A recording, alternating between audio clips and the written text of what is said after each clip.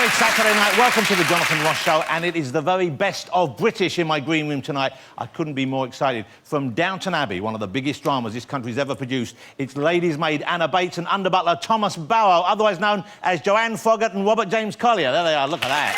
Hi, guys, how are you? Wow. Don't they scrub up well, ladies and gentlemen?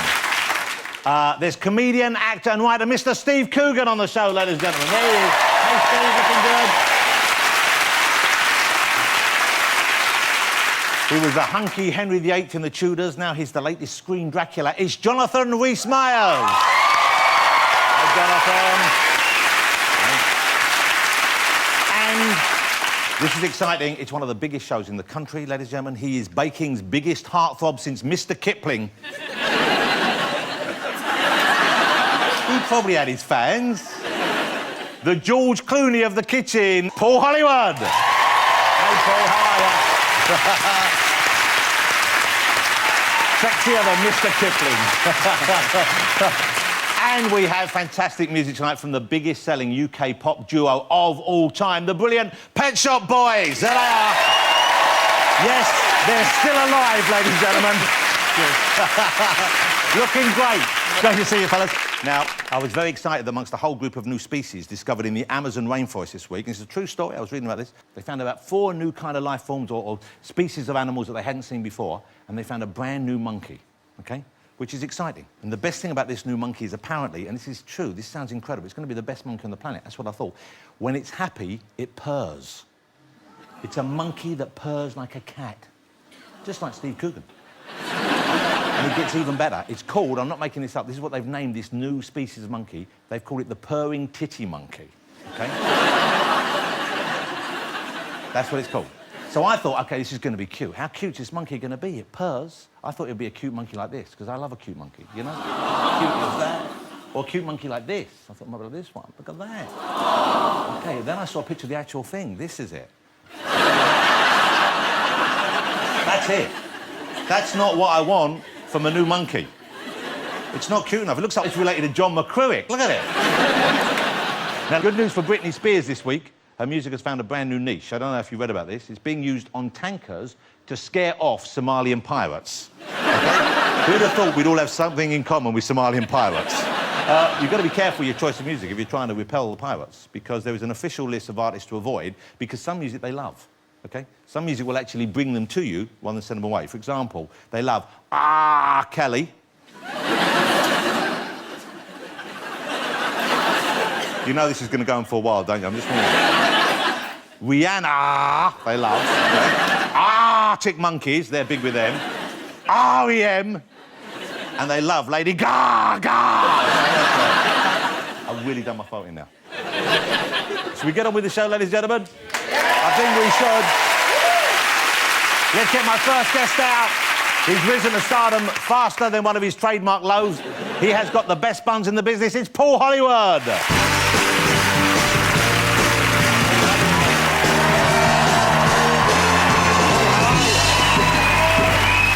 Paul, come and sit down. Lovely to have you here. Well, OK, it's great to have you here. I'm a huge fan, as I'm sure we all are. How many people are a fan of the Great British Bake Off? Couldn't be a bigger success. I think the final got over 9 million viewers. Is that right? Yeah, it was incredible. I think 9.2 something. It was staggering. Wow. You know, can I just say something? You're nowhere near as chunky in the flesh. But no, you must have lost a load of weight or something. You're tiny compared to how you look on screen. You know, it always says it puts pounds on you. Yeah. But I mean, I've had people come up to me in the street saying, "Oh, you look thinner in real life." Oh, you do. You think none taken. Yeah. But it's something which. I mean, I am quite chunky anyway. I mean, I've always been quite chunky. But if, I suppose, you're there and you're making your own stuff and you have to eat the stuff that the contestants are making as well, so there's quite a lot you have to do, I guess. It must be quite hard to know when to stop, I would have thought. It is, but I mean, this year I made a concerted effort of only having a little forkful of everything. A little tiny bit. But the problem is, I mean, last year I was taking huge spoonfuls. Well, we could see. I mean, you know, it was... But you looked OK. Some people look OK bigger. You look big because you look strong, like a gorilla or something. You know what I mean? You look like a silverback. You know, that's what I imagine if you don't get your food on time. Now, imagine. Actually, if you are. if you watch Bake Off, when I go up to the table, because when I come up to the table, you'll see me, Like and you'll a see me monkey, go like yes. this. Like that. Like that, if you don't like it. I do that all the time. You're kind of like, and I don't think this is necessarily deliberate, but you're a bit like good cop and bad cop when you go in there. They tend to go to Paul first, and he will say, it's not good, you know, and you'll say something like that, and then Mary will normally come in with something supportive afterwards, won't she? Listen, I never judge the person. It's always what's on the plate. If I don't like it, I don't like it. It doesn't matter if they react in a, you know, burst into tears. I don't know whether they're acting or not. If it's not good, I have to tell them. Another way of looking at that would be the old saying, treat 'em mean, keep 'em keen. Because... because the controversy that was stirred up outside was people were saying that you were exhibiting some favouritism towards Right. Ruby, and then people leapt to the conclusion or to the supposition they said, OK, this is because you fancy her. This is what was being written, wasn't it, before you saw this? I'm not making this up. No, I did see it. I mean, actually, on the semi-final, I heard these stories coming out, and I thought, this is ridiculous. So I watched the semi-final, and I sat there. It was the three of my friends who were watching it with me, and I said, can you see anything that I'm missing in this? And they said, I can't see anything. I said, so what are people seeing in this? I've got no idea. I must admit, I didn't see any of it. But then when you read it, and because she was very photogenic, obviously, an attractive young woman, I think people were, you know, factoring that in. Absolutely. And yeah. they like gossiping, they like Of chatting course. about that kind of thing. So which one did you fancy? Very. But it's an unusual route to fame because you are genuinely very famous in this country now, and I'm hoping that you're enjoying most of what comes with that. I don't like. I mean, fame. I've had to learn it very quickly because of what I do. Well, before, so where did you were baking? You were in your father's bakery when you were a kid. No. When I was very young, I was in my father's bakery, and then I ended up working at Cliveden, Dorchester. I worked at the Chester Grosvenor, and professionally, I worked at some of the best hotels. I went to Cyprus 6 years, and then I came back. And then Bake Off found me, but it did happen, seemed to happen very, very quickly. And it did shock me, because I thought, who cares, you know, about me? You know, I don't understand. OK, I had Gordon Ramsay on a few weeks ago, and I had to call him to task, because the whole point about cooking beans, he was making homemade beans, waste of time. Yeah, it is. Well, pies as well, really. You get a store-bought pie. No. It's better than... Listen, No. I don't know, you ever tried one of these? You ever tried a Fray Bento steak and kidney pie? Because I'm telling you, that's the best pie in the world. You ever tried one of those? Feel that crispy top. That's a soggy top. What, you idiot? You don't know anything about cooking. It's crispy. Look at the pastry. Yeah, lovely. You wouldn't approve of that? No, it's quite soggy. You eat these, do you? I don't eat... This is weird. This is like 9.5 weeks. What are feel you... it? I feel like I'm being groomed. Try it. I'm not gonna...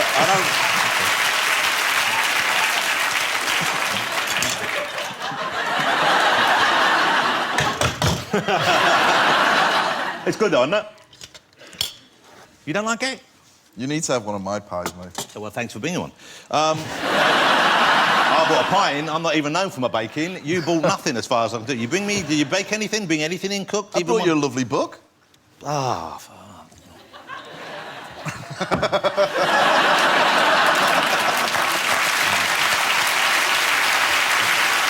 Paul Hollywood's Pies and Puds. This coincides with a new BBC series called Pies and Puds. Paul Hollywood's Pies and Puds. Lacking the old imagination there. And It does what it says on the tin. it starts Monday night on BBC One, this one It starts is Monday it? afternoon at 3:45 till 4:30. OK, so it's Yes. afternoon, evening. Yes. 4:30, you said? 3:45 to 4:30. So it starts Monday, BBC One, 3:45. That's the one. Wow, I got it. OK. And I tell you why you're going to like it, I think. I like what they've done with it because this is you being occasionally put out of your comfort zone a little bit as well, Yeah. isn't it? Trying new things and doing new things with other people critiquing you. I know it's not only that. Yeah. And there's a young lady who seemed to give you a really hard time about these cake pops you were making.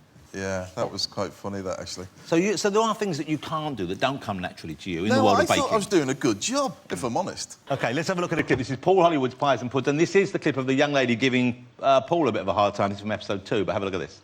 Have you made cake pops before? No. It's better to hold it closer to the further down the stick because Why then you is have that? more control, otherwise it might just fling off. Yeah, I've made a nose, see? Yeah, that wouldn't make the cut, I don't think. Wouldn't it? Nah. Yeah, it's okay. It's a little bit high up, but it's okay. No. It's this way. That's how you do it. Yours just look like lines. They're supposed to go into like a little circle, like that. But you give her quite a stare. You don't look happy. Do you mind being given criticism, or is it something? No. Look at that. That's what we call the stink eye you're giving her there. It does a bit, doesn't it? OK, now you're very strong, physically quite strong, I guess, because you have to knead the bread, you have to... I mean, is that why do you think ladies like you so much and some of the fellas? Because I know you're a bit of a sex symbol. Do you think they're thinking about those strong masculine fingers? It always makes me feel a little bit uncomfortable, that, because I mean, I know what I look like in the morning, but I mean, it's very flattering, but you know, I don't take it seriously. Really. I hear you give Mel and Sue a bit of a massage on the bake-off. I do, yes, I do. And they're powerful. What, Mel and Sue? Yes, they are. Look at those monkey arms of yours and those big, strong, thick-fingered, shall we say, chubby hands you got right there. Because I've got a back thing going on here. You want a massage? Well, would you give me a flavour and then leave me to prove for a little while and then get me out and see... OK, so see how that... Where is it here? Just over on that side, down lower, below the... OK. Oh, man, don't go too crazy. Actually, no, that's good. That is good. How's that? Hold on, I want to enjoy this. Hold on. Take the lights down a bit, will you? Let's take the... Hold on, Paul, hold on. I want to... Let's get this... Because this is... We should have lit this earlier. Let's do this. You want to get the mood right. Carry on. That's good. I'll tell you, that's good. Can we got any music? We can just... Ooh, you better stop, because I've almost finished. Just see it. I didn't say that. Is that all right? That was more than all right. You're a master. All right, oh, that was good fun. Let's end on a serious note, Paul. I want to give you a chance to talk about something, because we were talking about fame and the impact it has on your life, and then there was a situation with you, as a family situation, a domestic emotional situation with you and your wife last year, and that was reported in the papers. Now, was that reported correctly? And this is obviously something I would have thought, what a horrible thing to happen when you've only just become famous, when you're kind of not prepared for it, and for your family to be involved. What was your take on that situation? I made the biggest mistake in my life, and I regret it. And this was you got involved with someone else, is that what you're saying? That's all I'm saying. Okay. I made a huge mistake, biggest one I've ever made in my life, and at the moment, Alex and I are working things through together. And Alex is your wife? Yes. Okay. And we're just going to take things one step at a time, but I still love her, and that's ultimately what it is. That's lovely. What a lovely thing to say. Well, I hope it works out for both of you. Yes. I really do. Yeah. You know? Every marriage has its moments, you know, and so good luck to you. It's been lovely having you here. I can't wait for the next series, and I'm looking forward to... So there's a Comic Relief Celebrity Bake-Off as well. There's a Christmas Bake-Off coming out mid-December, and then there's a celebrity one in January. OK. Well, if I asked you to do something else tonight, would you do something for us later on? Yeah, of course. We have some dough here. Right. We have a table in. Yes. We have some flour. Yes. We have some aprons. OK. Do we need anything else? No. OK, so we're going to do a bit of cooking at the end of the show? Absolutely. Let's see if we can get other people involved as well. Ladies and gentlemen, he'll be back at the end of the show showing us how it's done. The fabulous Mr. Paul Hollywood. Thank you so much. OK, still to come on the show, we have from the all-conquering Downton Abbey, Thomas and Anna, that's Joanne Froggatt and Rob James Collier, Steve Coogan and Jonathan Rhys-Myers. Plus, we'll be baking with Paul Hollywood. So join me after the break.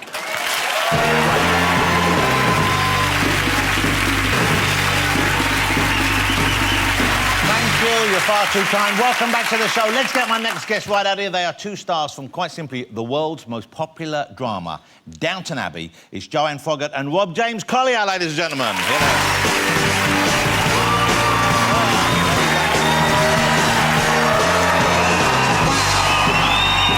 Wow, look at you.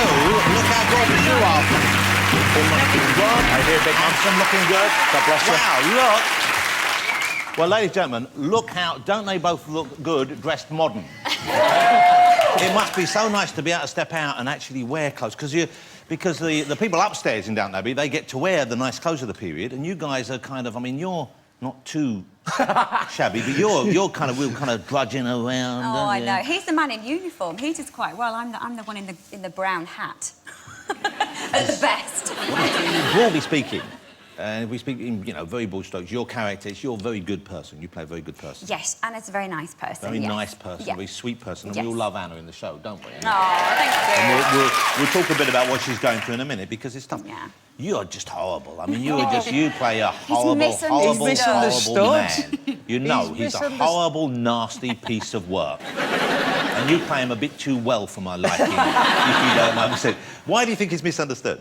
I think, obviously, it's rooted in his sexuality, because obviously it was a time he was gay in a time when it was illegal and it was against God, so he's got all that going on. But also, I think being a servant was so boring and mundane that he just wanted to do he just wanted to make every day different from the next. And he just likes to light a match and throw it into the got a into the love pile. life, has he? He needs a bit of love in his life. And Basically, he it's can't get any hard. action. Yeah. But He every can't get so- laid, Yeah, basically, that's the real is what truth. Joel's saying. Because I do love Thompson. I love him as a character. And I did feel very sorry for him more than once. I mean, when he thought he was getting signals from the other under-butler... Yeah. And went in for some under-butlering... and was refused. The sleep kiss. Yeah, the sleep kiss. How is it kissing a guy by? Because you're a straight man, aren't you? I'm a straight man, yes. And I have a miss it. Although tonight, Jonathan, the way you're looking, you know... I don't blame you, I don't blame you. You, me and Paul Hollywood, I think a massage is on the card. I found it easy. It was me who suggested the kiss. It wasn't in the original series, right? So I went home and told the missus, you know that scene that with me and the Duke?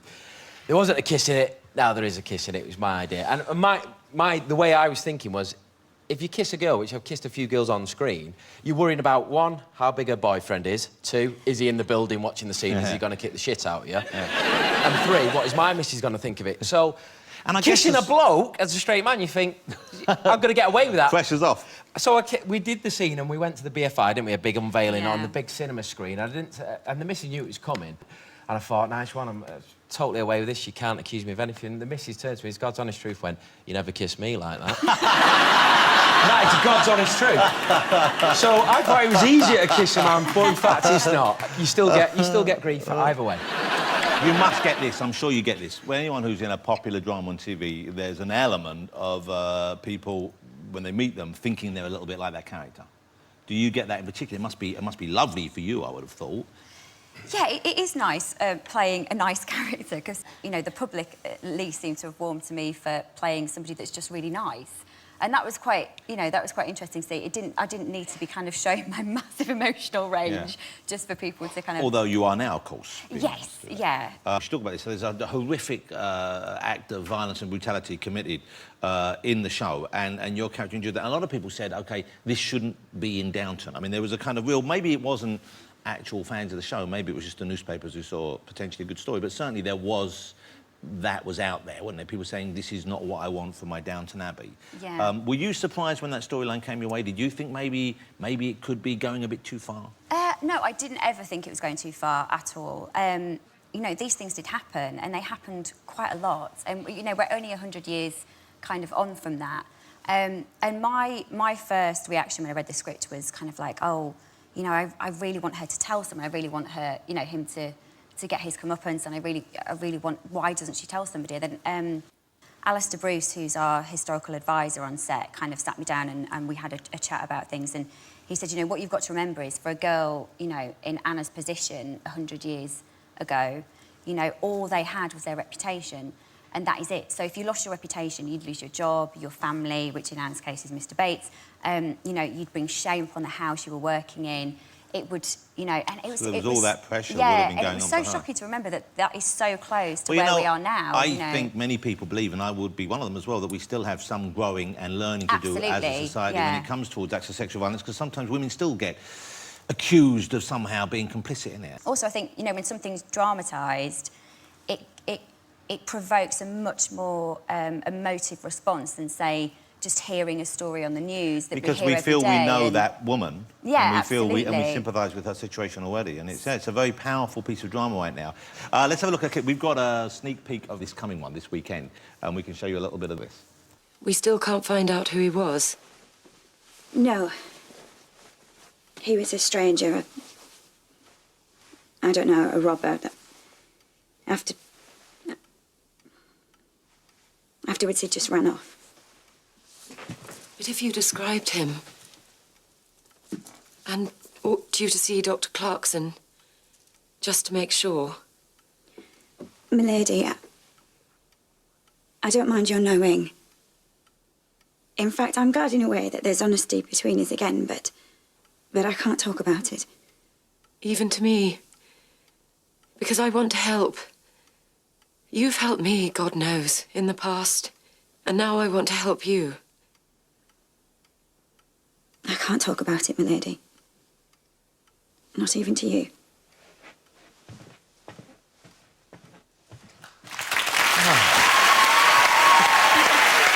Talk about it.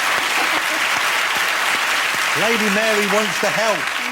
No. Lady Mary just wants to help. Yeah. But you can see why she can't talk about it. Do you think, here's the question I think people, fans of the show want to know is, can Anna and Bates's love survive this? Anna and Bates's love can survive anything. That's what we want. Absolutely.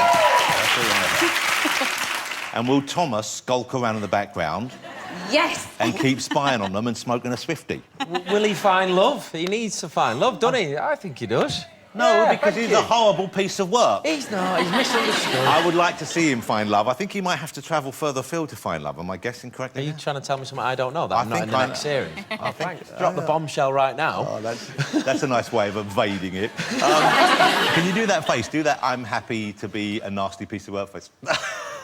That's my default position. Can I just ask, if you do that at home for your wife, does she slap you? One, we're not married yet. It's a nice Oh, one. well. You're bringing the pressure Hold on it. as well. You- The family's already on it, man. Now you're starting. How long have you been together? 9 years. Even we're bringing the pressure on. I'll just get me coat. What's... No. Rob, sit down. What's wrong with you? What's wrong with you? What's wrong with you? How can you be together with someone 9 years and not... What's wrong with you? I put the car in her name. Okay. What more commitment do you want? Wow, well, you really... You don't need to do any more. I'll be honest with you. That's enough. It's an Audi estate. It's a good car. It's a solid, reliable car. OK, let's talk very briefly about the things you're doing outside, because Joanne is in a very exciting new British movie, which is having rave reviews. Yeah. And it seems to me it's about as far from Downton as you could get. Yes. Even the title, let me tell you, it's out already, but go and see it if you get the chance. It's called Filth, ladies and gentlemen. OK? Calm down. One person doesn't know it's a film, just likes the word filth. Being how would you describe Filth? Because it's a great team behind Oh, it. it's really hard to describe. It's an adaptation of an Irving Welsh novel. Who did Train Spotting, as I'm sure you all know. Yeah, absolutely. So, as you can imagine, you know, it's quite hard-hitting. It's quite a gritty story, but it has an amazing humour to it as well. So it is the story of this policeman in Edinburgh who he's basically having a breakdown. So he's a drug addict. He's bipolar in the film. He's got a lot of issues. But for me, watching it as a woman, I think it's quite a kind of dark romance in a way. And it's sort of a romance and a dark romance between your character and the character James McAvoy plays. Yes, and his wife, his kind of estranged wife as well, and yeah. OK, here's a clip for you, and once again, I haven't seen this yet, I'm afraid, but everyone I know who's seen it has just raved about it to me, so this is Filth. Sorry. Hello. How are you? Yeah, I'm just going to pick the flowers up. Oh, what was the funeral today, aye? Yeah. Right. Is that your wreath? The one that says Dad? Yeah. How many kids have you got? Just one. A wee boy. You ever lost anyone close? Mm-hmm.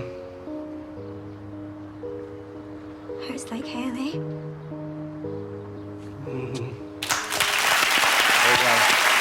It looks great. It looks great. I love James McAvoy.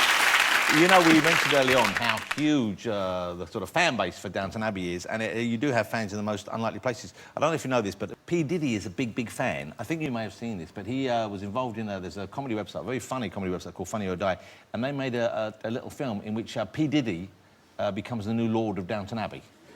OK, and did you guys know that he was going to do this? Did No, you we know had about no this? clue. We didn't Hugh know, Bonneville no. emailed us all the link he found out Yeah. about it, so we had no idea. But it's was flattering, brilliant. isn't it? Genius. It is class. Let's have a look at this then. Ladies and gentlemen, this is Funny or Die's version of Downton Abbey. Look at this. Sorry, sir. I've got sharp eyes for anything out of order. I understand what you're doing. You're keeping these hoes in check around here. Always need something like that. The f***? wrong with you? I'm Good sorry, God, sir. have you lost yourself, man? I can't love you. Not when I love Sybil and Mary and Miss Patmore and the Dowager Countess and a couple of their maids. How could I have room for you? Hold on. Let's put your hand on my face one more time. Okay, that's enough. I think I have room for you. I love you, Thomas. I'm Lord Wilcott, and I love everybody.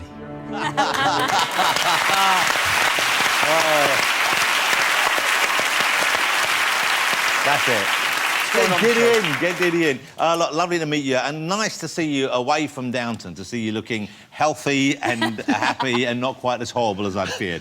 Great to have you here. Ladies and gentlemen, will you join me in saying thank you to Joanne and Rob? Thanks, Joe. That was wonderful. Thank you so much. That was great. Thank you. Still to come after the break, Mr. Steve Coogan will be here. Jonathan Rhys-Meyer's coming up. Paul Holly will be back cooking, and the Pet Shop Boys, so don't go away.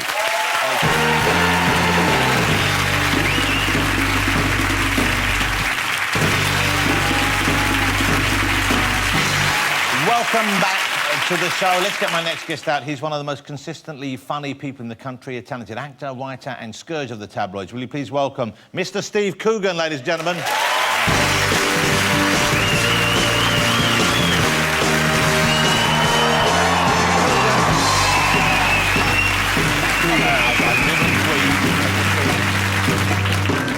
Great to see you, Steve. You're looking very good.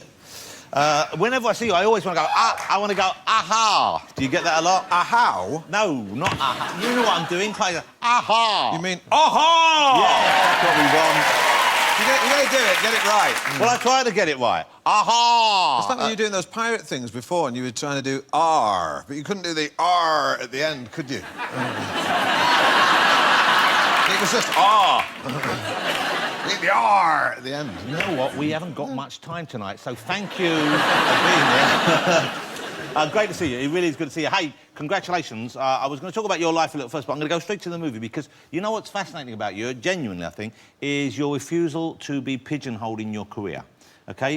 You've got a very successful career as a character comic. Before that, you could have been an impressionist if you wanted. I remember seeing you on TV shows early in your career, that, and you stepped away from that. And now you're back with a very, very surprising, if one was to limit you to being partial, a very surprising film. Tell us about Philomena. How did this come apart? I found this project. It was a story in a newspaper. I found it really moving. It was about an old Irish lady called Philomena Lee, who was searching for her son, who was forcibly adopted by the Catholic Church in Ireland 50 years ago. And the person who helped her look for her son was Martin Sixsmith, who used to be BBC's correspondent in Moscow and Washington, and I play him. And I found the project, and I got together with Jeff Pope and wrote the script. And then we needed someone to play the old Irish lady, and we thought we'll go right to the top. So well, already that's kind of surprising, isn't it? Who would have thought Steve Coogan and Dame Judi Dench? You know what I mean? That in a negative way. Well, I was intimidated by and daunted by the idea of acting opposite Judi Dench. That was quite terrifying. But actually, when I was on set, because she looks like this old Irish lady, she's got a wig on, she looks very different. She's got like this overcoat, and she doesn't look like M. Yeah. When I was acting in the scenes with her, I was just having a laugh in between takes, you know, and I just thought I was having a laugh with a little old Irish lady. It was only at the end of the day when they transformed her back into that with that shock of white hair and everything. I thought, oh my God, I've been acting with Judi Dench. OK, well, let's have a look at a clip. We haven't seen this yet. Philomena. I saw it and I thought wonderful, genuinely.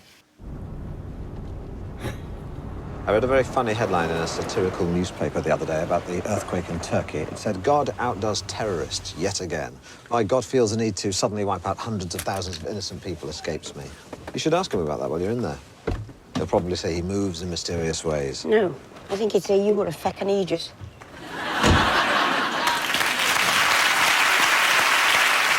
You know, you mentioned her as M, of course, and she was stunning in that role, and I don't want to spoil it for anyone, but she's dead. But you were doing, and this doesn't sound particularly wise to me, but you were doing impersonations of Bonds. To her, the famous Bond, to someone who's actually been genuinely in Bond movies. Yeah. What were you thinking? Well, I just thought, she's a good person to test the veracity of my James Bond impersonations on. And you can do all the Bonds? I can do, I think I do all of them bar Daniel Craig. I can do all of them up to that, yes. But that's convenient. So the one she's actually worked with, you can't do. No, well, she was Pierce Brosnan. Pierce Brosnan. I can do him. You do, OK. Would you like to hear Steve? Yeah! Steve, I've got this here, and I thought to make it interesting and random, this is a random Bond selector. OK. So when I press this, a different Bond will appear on the screen, completely at random, and we would like you to do your best. You ready? Yeah.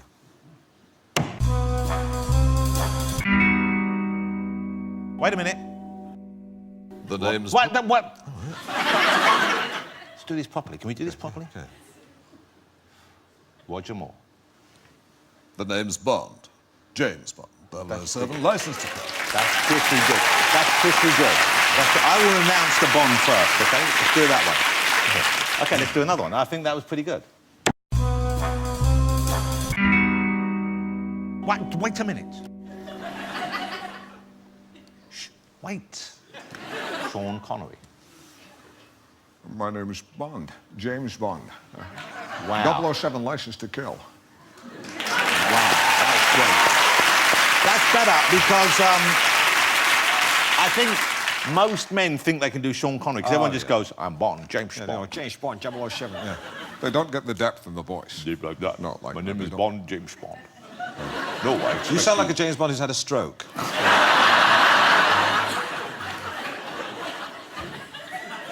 OK, you ready? Another Bond. You know the way it works now. No, don't do it. Yeah, I haven't pressed the button. So annoying. So annoying. I'm enjoying this. Remember, I will press it, then we see the Bond. Then I will say who the Bond is so people can enjoy it more. I understand how it works. Okay, well, you haven't really been playing ball. Here we go. I'm about to... No, I'm not. Not my fault, mate. Take it. The backroom boys. Here we go. I'm about to press it.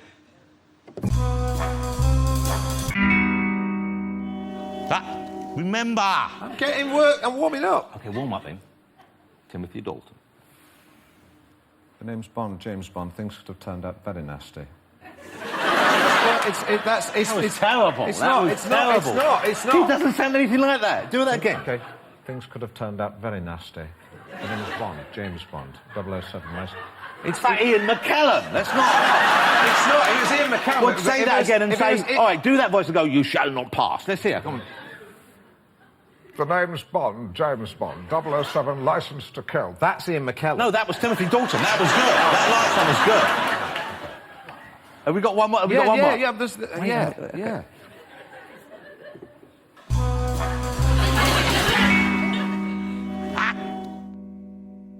Pierce Brosnan. The name is Bond, James Bond, 007 License to Kill. Top of the morning to you. Yes. Perfect. Nailed that one. Nailed that one. Let's talk about Alan Partridge a little bit, because the Alan Partridge movie came out and it did very well, I believe. It was funny. Would you do more? You must. I guess Alan Partridge is always going to be a huge part of your life, isn't it? Well, I was petrified doing it because there was huge expectation about it, both good and bad. People were saying, I was really looking forward to it, and there was also a huge band of people saying it's going to be shit, right? And so I thought, it was my mission to disappoint those people. He's an incredible comic creation, and you revisit him every few years, and we see how his life has changed. And I'm wondering, do you think, for example, the current big thing in TV right now, the two big things still, talent shows and certainly, but the bakery shows right now, cooking shows are a big thing. Do you think Partridge would be envious of Paul Hollywood's success? Would he try and get a bit of that Hollywood magic on him? I think Alan would say that that he admires what Paul Hollywood's achieved because he's shown that you can be a heterosexual alpha male and still bake cakes. And that certainly wasn't the case in the past. I remember the days of Fanny Craddock when she baked, and I got an opportunity to taste Fanny's. But it was a little tart. See, that's why I want to see Partridge back on my now. Have you ever accidentally done Alan Partridge's voice while involved in the sweet act of lovemaking? For example, have you ever shouted, back of the net, you know, when you're... No, but I have walked towards the shower afterwards and gone, cash back! OK. Congratulations on Philomena. Genuinely, I loved it. I thought it was great, and it's a tribute to you as a writer, but also as an actor that you pulled off something as tricky as that and did it so well. Thank you. Ladies and gentlemen, Mr. Steve Coogan. Really good. After the break, I'll be joined by Jonathan Rhys-Meyers. Paul Hollywood will return, and we have music from the Pet Shop Boys. Don't go away.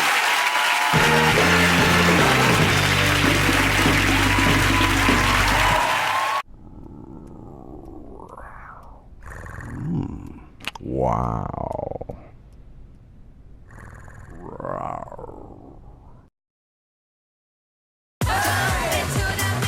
Hey, EE's the biggest network. Isn't that right? Come on and join the biggest and fastest overall network. Well, you're good to go then. Thanks so much, Bob. Happy to help. Let me know if I can ever return the favour. There is one thing. Pose for me, David. I'm tired of painting you from memory. At Halfords, we fit batteries in the car park from $6.99, much cheaper than a favour. Wow. I love it. Nothing beats the feeling of finding just what you're looking for. And then knowing you can have it for so much less. Any chance we can get this for Christmas? Can you deliver this in time for Christmas? Any chance I could get this for Christmas? Yeah, of course you can. No problem. Yeah, no problem. Online or in store, the Furniture Village sale is on now. At DFS, winter collection sofas are now half price. Like the Active Recliner sofa, now £699. And the Chess Real Leather Corner sofa, now £998. Order one of these sofas before Sunday and we'll even deliver it in time for Christmas. Better be quick, DFS. Come to Dreams, where beds are better than half price. And now, save up to an extra £100. There's now over £600 off this classic bedstead, now under £280. Save an extra £100 on this luxury mattress and base. These unbeatable, better than half price offers with extra savings must end soon. So hurry and find the right bed at the right price with the bed experts at Dreams. If you've been thinking about changing banks recently, there is an alternative. Nationwide is a building society run for the benefit of our members, not shareholders. So if you want a great bank account, but don't want the bank, talk to us today. Nationwide, on your side. From just £13, you can go from London to York or Leeds with East Coast trains. Book direct at eastcoast.co.uk.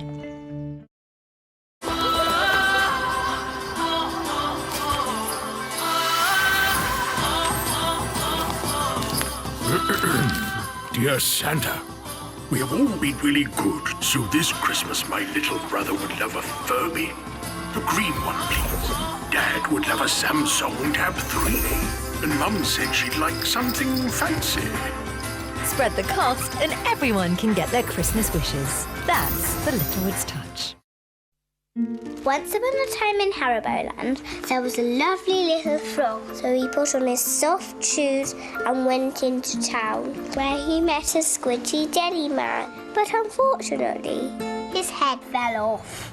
Then the frog went to the cafe for some smooth milk. But the waiter got munched by sheep. And then the sheep munched his friend as well. It's a world, it's love, it's all a happy world with Haribo. You fellas ain't and Dick? It's Deck, actually. Oh, that's what I said, mate. Dick. This is perfect. Come on. What about your wife? Is he coming too? Let's get ready to jungle!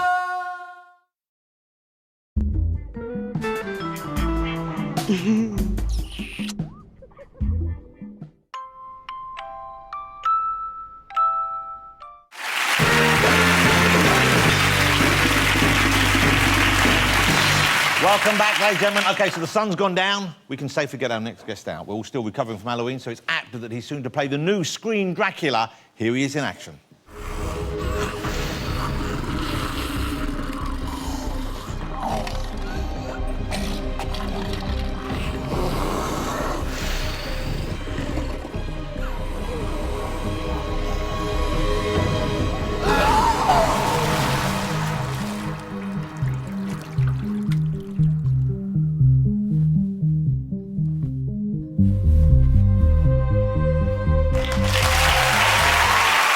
Will you please welcome Jonathan Rhys-Myers, ladies and gentlemen.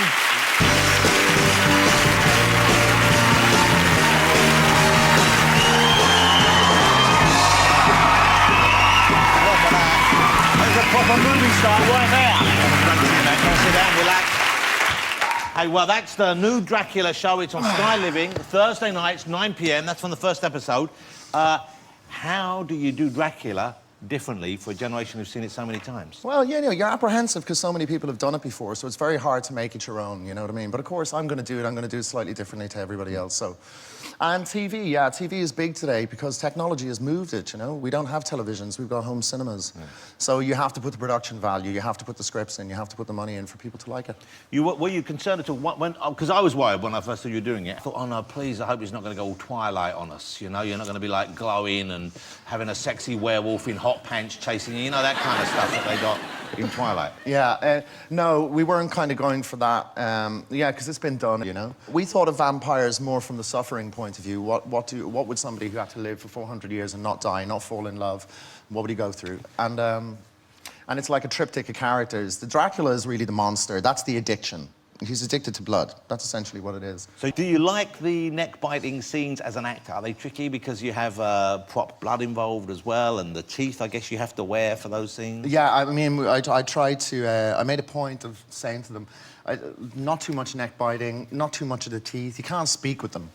So when you're wearing the teeth, because you've got... I've got a lisp. Wow.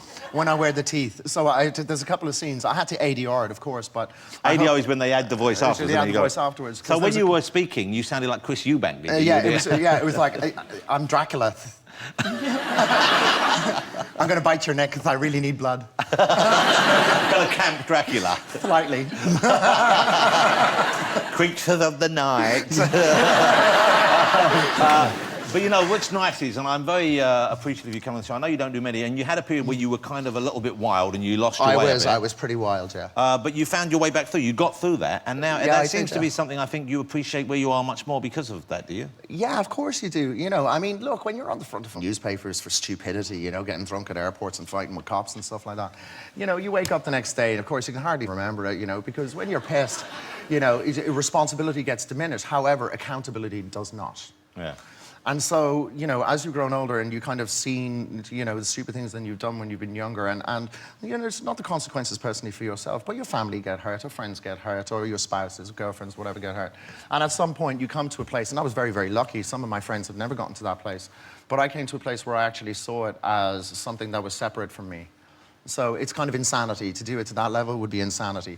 So, so it's nice that I was able to sort of like come to that realization, and I just look for different things in life now. And do you miss it? No, I don't. To be honest, actually, it's really funny. But I think once you make a decision that you've had enough of something, then the decision's made. You've had enough. You know, if I hadn't made that decision, then I wouldn't have had enough. I wouldn't have bothered done it. Yeah, yeah. So you're clear that that's great. But it's great to see you so strong, so healthy a man. You know, you know what you're talking about. He can really talk, can't he, ladies and gentlemen? He's like. Oh, yeah, I can talk. All right. But very eloquently and intelligently and engagingly. Nice. Very smart. Let me ask you about working with Woody Allen, because that was must have been exciting. And Woody's kind of back on form now. And I think the turning point for when he started making... He'd made a few not-so-good movies, in my opinion, and in a lot of people's opinion. Match Point was a lovely moment, because funny, thought, okay, no, he can still do it. Yeah. How was that working with Woody? That must have been, I would have thought, you know, joyous for you. It was fun, but was it stressful as well? I played the character. He came up to me at one point. He says, Johnny, do you want to be Irish? And I kind of just said yes. Well, get an Irish character in a Woody Allen film. I made a big mistake. I shouldn't have made him Irish. I should have kept him English. Because Woody is a great writer, a great director, fabulous auteur, and a wonderful actor. But to write an Irishman is very difficult. Because, as you said, I like to talk, but Irish people will use 16 words when 4 will do. So you know, I should have sat down with him and said, hey, Woody, listen, if we're going to do this and you want to make me Irish, we're going to have to go over the script, because, you know, if somebody is in England and they say, hello, how are you? If somebody's Irish, it's like, hey, how are you? How's it going? How's the family? Are you well, you know? So there's a little bit more of a lyrical sort of up and down with it. And we didn't have that in the production. But, you know, I love the film. I saw it recently. I hadn't seen it for 6 or 7 years, and I caught it on the telly. And yeah, I love the movie. I love Scarlett, and I love Emily Mortimer and Matthew Good and Brian Cox. I mean, no, it's so funny. I remember having this conversation with him. Brian Cox. I'm going to stop you for a second. Are you breathing through your ears? Because that's the longest I've heard. I mean, it was all good stuff. It's the longest I've heard someone speak without seeming to have an intake of breath. It's a skill. It's a skill. But Brian Cox is like only Woody Allen. only Woody Allen would cast Brian Cox as an upper-class Englishman. Yeah. So, yeah, I mean, I like doing it. I like doing Match Point. I liked watching it, and I like Woody. Yeah, well, great to have you here. I love it to see you again. Pleasure. And I'm pleased, man, you're looking so healthy and everything's going right for you. It's great. And our lovely guest, ladies and gentlemen, Jonathan Rhys-Myers. Jonathan, you know we're going to do a bit of baking in the show. You can join us. OK, let's go over. Jonathan Rhys-Myers is going to join us over here, ladies and gentlemen, where you will see already we have Steve Coogan, the lovely Joanne, Rob's here as well, and Paul Hollywood, ladies and gentlemen. OK, we need aprons. Have you got aprons? I've got my apron. You haven't got an apron yet, Steve. There's an apron down here for you. You pop your apron on. Oh, God, I know what this is going to be. There you go. OK.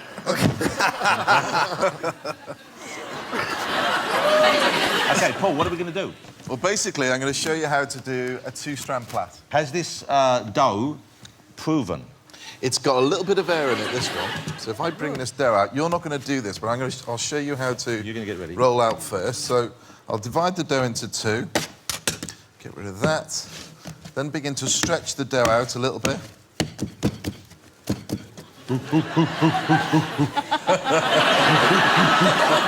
So you take them both out. So what you do is you start off with a cross. OK. The only hint I'll say is you work with those two, then those two. OK? And we're going to wind up with that? You're going to end up like that. OK, so we're just going to try and plait it, basically. It can't be difficult. All right, you ready? OK. OK. Oh, slow down a little bit. Wow. Wow, look at that. That's pretty good. OK. So we're going to try, and will you judge us and you'll give us a no-nonsense appraisal I will of our indeed. thingamajigs? Here's some we made earlier. This is yours. If you want to use a little bit of flour, there's not a problem. Now, that'll be yours. There you go, Rob. Thank you very much. Thank you very much. You don't need the plate, so just take the dough off and the wrap. OK. Is that mine? Yeah, I'm going to give it a bit more rolling. I like mine to be ready rolled longer. But, oh, I can't even roll it. It won't even... Why does it not even want to roll? My God. Will you hold the end of mine for a minute? Maybe we could... No. Because if we could pull it, mine's not gone as long as Rob's. Giant, just give me a little tug. Oh, that's too far. You are such a swat, Coogan. Lay it out. Yeah, OK. Right, you got your crosses. OK. I'll give you 15 seconds to do the plait. Ah. On your marks, get set, bake.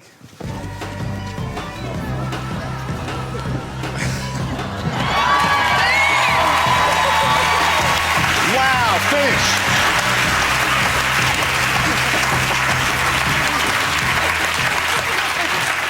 We'll start with this one. It's like a pair of marigold gloves. What, is that all you managed? I'd have to give you... Yeah, it is a disaster, if I'm brutally honest. I'd probably have to give you probably about 2 out of 10. I'll be Now, honest this one... Jonathan, that's more than you deserve. It is more than I deserve. That's pretty good, isn't it? You see, the thing is, what you're looking for is something that sort of hold its shape a little bit. Yeah. OK? You say you wanted to hold it looks like the last turkey in the shop. Pair of tights. I'll probably give that one 3 out of 10, because it did hold a little bit more. Yeah. All right. This is my one there. Oh, it's holding together? Yes. It's got shape. I'll give that a 5 out of 10. Yes! Yeah. Well done. Actually, this one's all right. It's got a lovely shape to it. You can see a bit of a plait. You can see a bit of a plait underneath as well. Joanne, have you done... 8 out of 10. Yay! Wow. Have you done one before? Never. Wow, that was great. Never done it before. I'm a lady's maid. Let's have a look at the villain's job. OK, I'll give that one... It's misunderstood. It is. I'll give it 3 out of 10, but you're the worthy winner. Yes, I think deservedly. Tonight's Star Baker, Joanne Foggart, ladies and gentlemen. OK, well, that's it for tonight. Thanks to all my guests, ladies and gentlemen. They were great, weren't they? Thank you, all of you. Next week on the show, I'll be joined by one of the biggest music stars in the world. Celine Dion will be here. Plus, British Wimbledon champion Andy Murray will be on the sofa, as will stand-up Johnny Vegas and star of Stage and Queen, the irrepressible John Barrowman. But now, performing Thursday, go crazy for the Pet Shop Boys.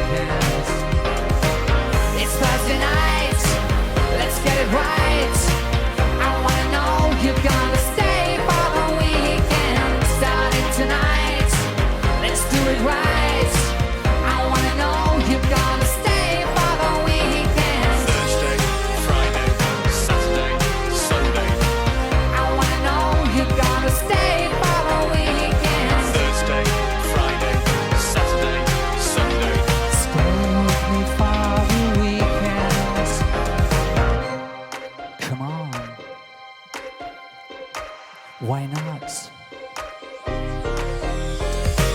I never tried to make you walk into the deep end, and now I find myself awake from all the weekends. I never tried to force that Sunday morning creeping. I want to stay, but I must roll that boat home. It's Thursday night, let's get it right. I wanna know you're gonna stay for the weekend. Starting tonight, let's do it right. I wanna know you're gonna stay for the weekend. Thursday, Friday, Saturday, Sunday. Stay with me for the weekend. Thank you.